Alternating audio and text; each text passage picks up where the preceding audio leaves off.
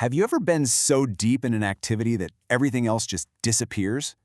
That incredible feeling is called flow, and it's pretty much the secret to peak performance and genuinely enjoying your work. So today, we're going to break down the science behind this state and give you a super practical guide to finding it way more often. You know the feeling, right? Maybe you were playing guitar or deep in a coding problem or writing, or maybe even just playing a video game. Suddenly you look up and hours have passed like they were minutes. Your focus is just total. Well, that feeling, it actually has a name. That name is flow, a term coined by the psychologists Mihaly Csikszentmihalyi. And it's basically the sweet spot where your productivity and your passion completely overlap.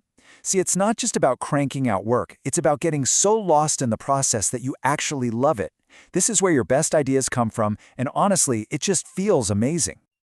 I absolutely love this description because it just perfectly captures how effortless it feels, like playing jazz. It's not something you force. It's this smooth, seamless progression where your skills rise to meet the challenge, and every single move just feels right. So, the big question is, how do we get more of this in our lives? Well, it all starts with where you are. You really can't expect to have inner focus if you're surrounded by outer chaos. So our very first step is to intentionally create a space that is built for deep work. Just take a look at this. The column on the left, yeah, that probably looks pretty familiar to most of us, right? It's just a constant state of chaos. But the column on the right, the deep workspace, that is where flow can actually happen. And getting there isn't about luck. It's about deliberately building a fortress against all those distractions. And here they are, the enemies of flow. And look at these stats. 72% of people feel pressure to multitask, and a whopping 80% work with their communication apps just sitting open. That is a recipe for distraction. If you want to find your flow, you have to be absolutely ruthless about killing these interruptions. And here's the hard truth for all of us. Multitasking is a complete myth. Your brain literally can't do it.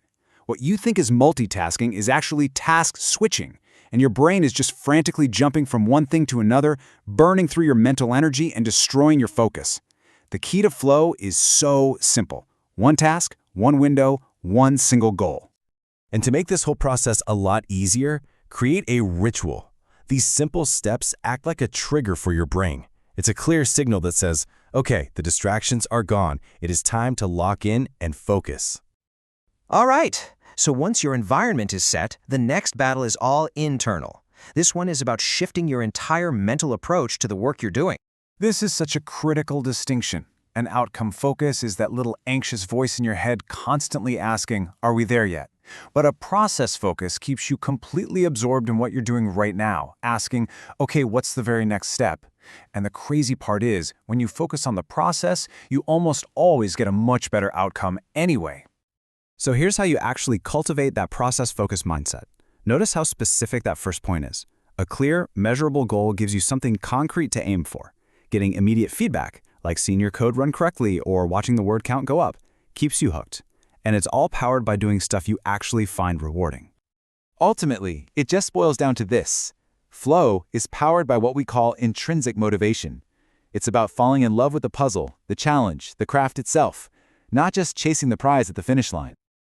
Okay, this next idea is, you could argue, the single most important principle of this entire thing. See, flow doesn't just happen with any old task. It needs a very, very specific kind of challenge. This chart explains it perfectly. If a task is way too easy for your skill level, you get bored. It's just not engaging. But if a task is way too hard, you get anxious and overwhelmed. Flow lives right in that sweet spot, where a high level of challenge is met by your high level of skill. You're being stretched, but you're not breaking. This right here is the golden rule for finding flow. You shouldn't be looking for easy wins, but you shouldn't be looking for impossible mountains to climb either. You want to find that perfect point of tension, where your skills are being pushed just enough to keep you completely and totally engaged. So, we've got the environment, we have the right mindset, and we know how to find the perfect challenge. But how do we make this a regular part of our lives instead of just a happy accident that happens once in a while? You have to be intentional about it. That means actually scheduling these deep work blocks and protecting that time like it's sacred. Then, afterward, just take 2 minutes to reflect. What worked? What pulled you out of it? And always remember, you can't force flow, you can only invite it by setting the stage perfectly. And please, never forget the foundation. All the focus hacks in the world are useless if you're exhausted, dehydrated, or totally burnt out.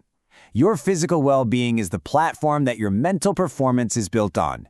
Taking care of yourself is absolutely non-negotiable. Okay, now it is your turn. Because knowing this stuff is great, but it's useless without action. So, what's the one small change you are going to make tomorrow to invite more flow into your life? Will you finally turn off your notifications? Will you set a clearer goal? Or maybe just go for a walk? Whatever it is, just start there. Your most productive and fulfilling work is waiting for you.